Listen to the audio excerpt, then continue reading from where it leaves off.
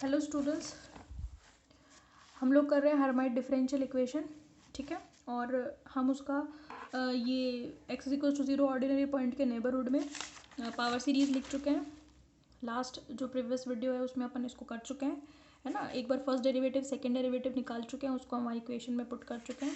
Equation हम जो भी हर्माइट की इक्वेशन है उसमें फिर अपन कोफिशिएंट्स निकाल चुके हैं। कोफिशिएंट हमने इक्वल्स टू 0 1 2 3 सब पे निकाल लिया। 4 पे मैंने आपको निकालने के लिए दिया था, बाकी मैं निकाल देती हूँ, आप चेक कर लेना। जे इज इक्वल्स टू 4 पर। ठीक है, फिर अपन क्या करेंगे, जो हमारी इक्वेशन थी ना सेकंड, ये वाली, इसमें अपन सबको बारी बारी से रख देंगे। ठीक है, चलो रखते हैं इसको। पहले मैं जे इज इक्वल्स टू 4 पे निकाल देती हूँ, है ना। ये देखो, जे इज इक्वल्स टू 4 रखना है यहाँ पे। ठीक है, और देखना कि जे इज इक्वल्स टू 4 पर क्या मिलेगा। देखें, 4 रखने पर क्या आएगा, 6। ठीक है, A6 इज इक्वल्स टू क्या रखना है मुझे, यहाँ कॉन्सेंट्रेट करो, -2, है ना, -2 n माइनस कितना रखना है, 4 अपॉन 4 + 1 5 6 और a कितना 4। ठीक है, A4 की वैल्यू हम कहाँ से रखेंगे, इक्वेशन 9 से। ठीक है, रख रही हूँ मैं इस इक्वेशन को। देखो, यहाँ से रखोगे जब आप वैल्यू, तो जो एक्सप्रेशन आएगा वो A0 में आएगा, और यहाँ पे प्लस है ऑलरेडी। ठीक है, तो यहाँ पे तो माइनस रहेगा ही रहेगा। ठीक है, put value of A4 from 9। ठीक है, तो A6 इक्वल्स टू कितना आएगा, -2 n माइनस, एक मिनट, -2 नहीं, -2 का क्यूब हो जाएगा, है ना, और n ऑलरेडी है, तो n-2 n-4। ठीक है, नीचे कितना हो जाएगा, यहाँ देखो कितना है, फैक्टोरियल 4 ऑलरेडी है और 5 6 ये है, तो कितना हो गया, फैक्टोरियल 6 हो गया। अरे हो गया कि नहीं, और ये हो गया A0 हमारा। ये आएगा हमारे पास क्या है, A6। ये हो गई नंबर 11। 10 तक हम निकाल चुके थे। तो अब क्या करेंगे, 7 8 9 10 और 11 इनको कहाँ रखेंगे, इक्वेशन नंबर 2 में, यानी कि यहाँ पे। इसमें मैंने खोल लिया, समेशन को खोल लिया इसको मैंने, तो मेरे को ये मिला है। ठीक है, चलो नाउ पुट इक्वेशन कौन सी, 6 नहीं 7 8 9 10 एंड 11 इंटू 2। ठीक है, तो y इज इक्वल टू क्या आ गया, A0 ही है, A1 भी A1 ही है, उसकी कोई वैल्यू नहीं है। A2 की वैल्यू क्या है, A2 की वैल्यू 7 में है ना, कितनी है, -2 n A0 अपॉन फैक्टोरियल 2 है। ठीक है, फिर और साथ में क्या है, A2 के साथ x²। फिर A3 की क्या वैल्यू है, A3 की वैल्यू है A1 की फॉर्म में, उसमें भी माइनस है ना, 2 n-1 अपॉन फैक्टोरियल 3। ठीक है, कितनी है, फैक्टोरियल 3, और साथ में क्या है, A1, और साथ में क्या है, x³। ठीक है, फिर हम रखेंगे किसकी, आगे क्या आएगा, आगे ऐसे ही चलेगा, ये A2 A4 x4 A5 x5 plus dash dash. फिर क्या है, A4 रखो, A4 हमने निकाला इक्वेशन नंबर 9 में, कितना है, 2² n-2 A0 अपॉन फैक्टोरियल 4 और x की पावर 4। फिर क्या आएगा, 2, फिर किसका रखेंगे अपन, A5 की वैल्यू। A5 में क्या है आपका, प्लस का 2² ही है ना, n-1 n-3 upon factorial 5 A1 x की पावर 5। फिर हम क्या रखेंगे, जो भी निकाली थी मैंने, A6 भी तो निकाल रखी है ना, ये रही A6, तो ये रही, माइनस का 2³ upon n-2 n-4 upon factorial 6 A1 A0 x6 plus dash dash dash, ये आएगा।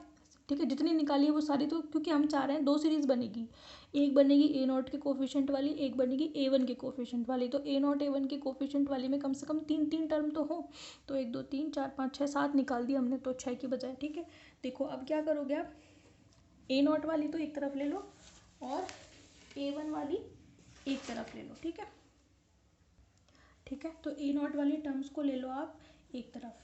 तो क्या क्या आएगा A0 वाली टर्म्स में, एक तो आएगा आपके पास A0 ये खुद, क्या बचेगा अंदर 1, दूसरा A0 वाला ये है, तीसरी टर्म है ना, यानी कि माइनस का 2n और नीचे फैक्टोरियल 2 और एक्स स्क्वायर। ठीक है, फिर कौन सी है, ये वाली फिफ्थ टर्म। ठीक है भाई, तो कितनी आ गई ये, प्लस का आएगा 2 का स्क्वायर n माइनस 2 एक्स की पावर 4 अपॉन फैक्टोरियल 4। दिख रही होगी, थोड़ी सी आपको सिमेट्री नज़र आई होगी ना, इसमें सारे इवन वाले हैं, दिखी कि नहीं सिमेट्री। फिर आगे जाके डैश डैश डैश, समझ में आ गई। फिर आपको कौन सी मिलेगी, प्लस, फिर आपको मिलेंगे A1 वाले, ये तो हो गए A0 वाले, A1 वाला ये खुद है जिसमें पहली टर्म आएगी x।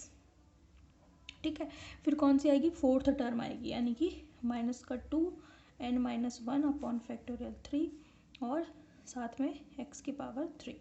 फिर क्या आएगी आपके पास, ये टर्म छोड़ो, ये वाली रही। ठीक है, ये कौन सी, इसका नाम क्या है, प्लस 2 का square n minus 1, n minus 1 नहीं है, ठीक है, n माइनस 3 नीचे फैक्टोरियल 5 और x की पावर 5। ठीक है, अब हमने तो एक एक्स्ट्रा टर्म निकाल रखी है, आप चाहें तो A0 वाले ये टर्म यहाँ लिख सकते हो। समझ में आ गई, मैंने निकलवा दिया आपको, आपने चेक कर ली होगी। ठीक है, फिर इधर ऐसे करके समझ में आ गई। तो अब ये मेरे पास सॉल्यूशन जो है वो 2 की फॉर्म में आया है ना। यहाँ पे मैं क्या लिख सकती हूँ उसको, if y is equals to A0 y1 plus A1 y2। तो y1 तो कितना है, ये वाला ब्रैकेट है ना, और y2 कितना है, ये वाला ब्रैकेट है। मेरी बात समझ में आ रही है आपको, ये वाला काम हमने लेजेंडरी वाले में भी किया था, याद है आपको। ठीक है, तो A0 y1 plus A1 y2, तो आप कंपेयर करके बता दो, ये इक्वेशन नंबर 12 हो गई और ये 13 हो गई। कंपेयर करो 12 और 13 को, y1 y2 की वैल्यू बता दो। ठीक है, कंपेयरिंग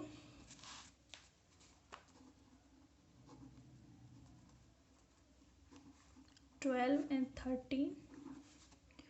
ठीक है, तो y1 कितना आएगा, पहला वाला ब्रैकेट आएगा, ये वाला इसको लिख रही हूँ, फिर इसको लिख रही हूँ। ठीक है, कितना कितना आएगा, 1 minus 2n upon factorial 2 x square plus 2 square n minus 2 upon factorial 4 x की power 4 dash dash dash. y2 is equals to कितना हो गया, ये वाला ब्रैकेट है। ठीक है, x minus 2n minus 1 upon factorial 3 x cube plus 2 square n minus 1 n minus 3 upon factorial 5। अब देखो इसमें ऑड वाले आ रहे हैं, नीचे वाले में इसमें इवन वाले आ रहे हैं। ठीक, x की पावर कितना, 5। ठीक है, तो 2 सीरीज मिल गए मुझे y1 और y2। अब जो हर्माइट इक्वेशन का जनरलाइज सॉल्यूशन है या व्यापक हल, वो क्या है हमारे पास, ये है, this is the generalised solution. मतलब उसमें फिर दोनों चीज़ें हैं, ये खुद भी है, ये खुद भी है, तो ये सॉल्यूशन है किसका, हर्माइट डिफरेंशियल इक्वेशन का। ठीक है, तो हमने इसको रैखिक रूप में लिख लिया, जिसमें y1 ये है और y2 ये है। अब आप मेरी बात ध्यान से देखो, ये जो y1 वाला पार्ट है ना, ये खुद, अगर मैं इसमें n इज इक्वल्स टू क्या रखूँ, धनात्मक समपूर्णांक यानी कि पॉजिटिव इवन इंटीजर्स रखती हूँ, यानी कि 0 2 4 6। तो आप देखो, मैं अगर 0 रखूँगी यहाँ पर तो ये टर्म 0 हो जाएगी, ये खुद भी 0 हो जाएगी, मेरे को केवल 1 मिलेगा। ठीक है, जब मैं 2 रखूँगी तो मेरे को क्या मिलेगा, 2 रखने पर ये तो 0 नहीं होगी, लेकिन 2 रखने पर ये 0 हो जाएगी। ठीक है, 4 रखूँगी तो इससे अगली टर्म 0 हो जाएगी, क्योंकि आगे क्या आने वाला है, n माइनस 2 n माइनस 4 आने वाला है। समझ में आ रही है, तो 0 2 4 6 ऐसे पॉजिटिव इवन इंटीजर्स पर y1 तो क्या है, बहुपद में बदल रही है, यानी कि पॉलिनोमियल में कन्वर्ट हो रही है, लेकिन इस पर कोई फ़र्क नहीं पड़ रहा। ये एक इनफाइनाइट सीरीज़ चलेगी, बहुपद नहीं मिलेंगे इसमें मुझे, बल्कि पॉलिनोमियल नहीं मिलेगी, इनफाइनाइट सीरीज़। इसमें रख के देखो आप, 0 2 4 रखो, सारी टर्म्स आएंगी बराबर से, कोई फ़र्क पड़ेगा इसमें नहीं। तो n is equals to positive even integers पर ये y1 तो क्या किस में कन्वर्ट हो जाता है, बहुपद यानी कि पॉलिनोमियल्स में, जबकि y2 कन्वर्ट नहीं होता। ठीक है, लेकिन n इज इक्वल्स टू 135 पर ये एक इनफाइनाइट सीरीज़ है। देखो 135 का इस पर कोई फ़र्क नहीं पड़ेगा, लेकिन 135 इसमें रखो, पहले ये 0 होगा, मतलब पहले तो ये दोनों 0 हो जाएंगे, ये मिलेगा, फिर दूसरे ये कौन 0 होगा, 3 रखने पर ये 0 हो जाएगी, ये दोनों मिलेंगे, ऐसे आगे जा करके। तो 135 यानी कि ऑड पॉजिटिव इंटीजर्स पर y2 पॉलिनोमियल में कन्वर्ट हो जाती है, जबकि y1 कैसी रहती है, इनफाइनाइट सीरीज़ रहती है। तो आगे सॉल्यूशन देखना, अभी आप खुश मत हो, यहाँ पे ख़त्म नहीं हुआ है ये, अभी तो पापड़ बेल लें भाई। तभी तो स्वाद आएगा फिर खाने में। ठीक है, चलो क्या करना है, मैंने जो बात बोली वो समझ में आई आपको। ठीक है, देखेंगे हम as we see in equation 12 at n is equals to positive even integers, यानी कि सम धन पूर्णांक कौन कौन से, 0, 2, 4, 6 and so on, y1 is a polynomial but y2 is an infinite series, whereas at n is equals to positive odd integers, यानी कि at 1, 3, 5 and so on, y2 is a polynomial but y1 is an infinite series। तो हम बारी बारी से, तो solution जो है वो दो पार्ट्स में निकलेगा, पहले निकलेगा फॉर ऑड इवन इंटीजर्स, फिर निकलेगा फॉर ऑड इंटीजर्स। ठीक है, तो हम सबसे पहले क्या ले रहे हैं, therefore at n is equals to positive even integers y1 is equals to un(x), मतलब पॉलिनोमियल में बदल रहा है ना y1 is converted into polynomial. Polynomial क्या मान लिया मैंने, un(x), समझ में आ गई। तो क्या होगा देखो जरा, किस पर रखो, पहले कॉरस्पॉन्डिंग पॉलिनोमियल निकालेंगे एक एक करके। पहले at n is equals to 0 पर देखते हैं कि क्या पॉलिनोमियल मिलेगा। n इज इक्वल्स टू 0 पर u0x मिलेगा, अरे भाई मिलेगा कि नहीं मिलेगा, n बराबर 0 पर रखोगे तो पहला पॉलिनोमियल मिलेगा, फिर 1 पर रखो 2 पर रखोगे तो दूसरा पॉलिनोमियल, तो ऐसे बारी बारी से कई पॉलिनोमियल मिलेंगे। तो n इज इक्वल्स टू 0 रखेंगे तो u0x कितना मिलेगा, ये देखो ना, कहाँ रखोगे, फर्स्ट वाली में, यानी कि y1 वाली में रखना है, इसमें कोई फ़ायदा नहीं है, इनफाइनाइट सीरीज़ है, इसी में रखेंगे तो क्या मिलेगी सीरीज़ a0, n बराबर 0 रखेंगे सब 0 हो गए, केवल a0 बचेगा, पहला पॉलिनोमियल मिल गया। ठीक है, फिर at n is equals to 2 क्या मिलेगा, वो u2, उसको हम क्या लिख देंगे, इसको कैपिटल कर लेना। ठीक है, इसको हम क्या बोलेंगे, u2 रखो ज़रा, n इज इक्वल्स टू 2, ये 0 हो गई तो ये दो ही टर्म मिलेंगे, यानी कि a0 तो बाहर आ गया, 1 माइनस 2, अच्छा 2 की जगह पर भी तो 2 रखना है, तो 2 इंटू 2 अपॉन यहाँ कितना है फैक्टोरियल 2 और x स्क्वायर, केवल ये दो मिलेंगे, दो पॉलिनोमियल मिल गए। फिर किस पर, at n is equals to 4 पे भी निकाल लो एक, u4x कितना मिलेगा, a0, यानी कि ये मिलेगी ये मिलेगी ये मिलेगी, लेकिन इससे अगली टर्म नहीं मिलेगी, सीरीज़ यहीं एंड हो जाएगी। तभी तो पॉलिनोमियल कह रहे हैं, अगर आगे तक मिलती तो उसको भी इनफाइनाइट सीरीज़ कहते हैं, समझ में, पॉलिनोमियल मतलब फाइनाइट टर्म्स होंगी। ठीक है, यहाँ आ जाओ, 1 माइनस क्या रखना है 2 4 upon factorial 2 x square plus 2 square, फिर 4 और 4 माइनस 2 यानी कि 2 अपॉन फैक्टोरियल 4x की पावर 4 एंड सो ऑन, नहीं सॉरी सो ऑन नहीं, ठीक है, 3 टर्म्स मिलेंगी। फिर ऐसे ही आगे चलते जाओगे, जैसे 0, 2, 4, 6 आगे चलते जाओगे, है ना, ऐसे ही डैश डैश डैश, तो लास्ट में आपको इसका मतलब क्या है, at n is equals to 2r, क्योंकि आप सारे नंबर्स कैसे रख रहे हो इवन, तो आप आगे क्या रखोगे 2r, तो ये क्या मिलेगा u2rx इज इक्वल्स टू क्या टर्म मिलेगी a0। तो जहाँ जहाँ पर n है वहाँ वहाँ पर आपको यहाँ पे क्या रखना है 2r रखना है। ठीक है, तो क्या मिलेगा, टर्म्स क्या मिलेंगी, ये ध्यान रखना, आप आगे आ गए हो डैश डैश डैश डैश, तो सीरीज़ कैसी मिलेगी अब आपको, डैश डैश डैश वाली मिलेगी, इसमें फाइनाइट टर्म्स थोड़ी मिलेंगी, क्योंकि आप 2, 4, 6 डैश डैश डैश रखा है आपने।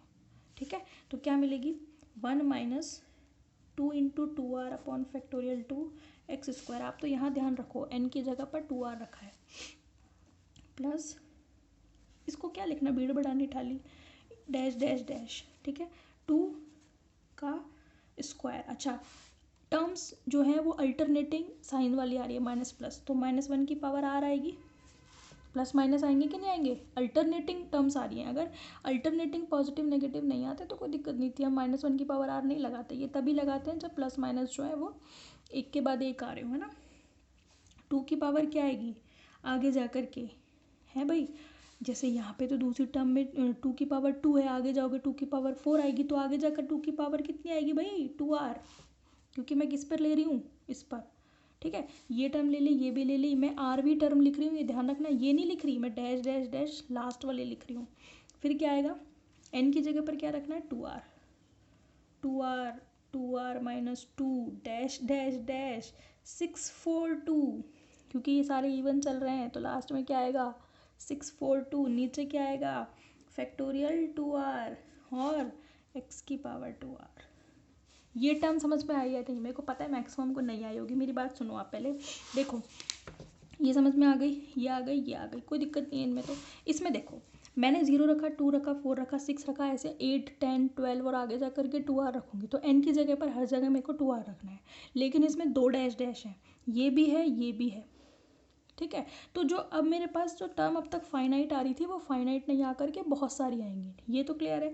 तो a0 1 माइनस 2 2r, तो अगली टर्म लिखने का मन कर रहा है आपको, लिख लेना यहाँ पे 2r लिख लेना, या 2r माइनस 2 लिख लेना, बाकी सारा ऐसा कर। पर मैं कह रही हूँ कि और भी तो आएंगी आगे जा कर के। लास्ट वाली टर्म क्या आएगी, उसमें आएगा -1 की पावर r, 2 की पावर 2r आएगी, क्योंकि ये इवन नंबर में चल रहा है, आगे जाकर 2 की पावर 4 6। ठीक है, फिर n की जगह पर क्या रखना है 2r, 2r माइनस 2, फिर आगे जा कर के डैश डैश डैश 642 इवन में चलेगा, बाकी फैक्टोरियल 2r रहेगा। समझ में आ गया, अब आगे होगा पक्का। ठीक है, तो ये 2r = n मैंने किसके लिए निकाल लिया सम। अब इसमें आपको जो भी करना है आगे उसको अपन नेक्स्ट वीडियो में डिस्कस करेंगे, इतना पहले इसको हजम कर लो। ठीक है, समझ में नहीं आए तो कमेंट कर देना। ठीक है, फिर आगे करेंगे अपन। Okay, thank you.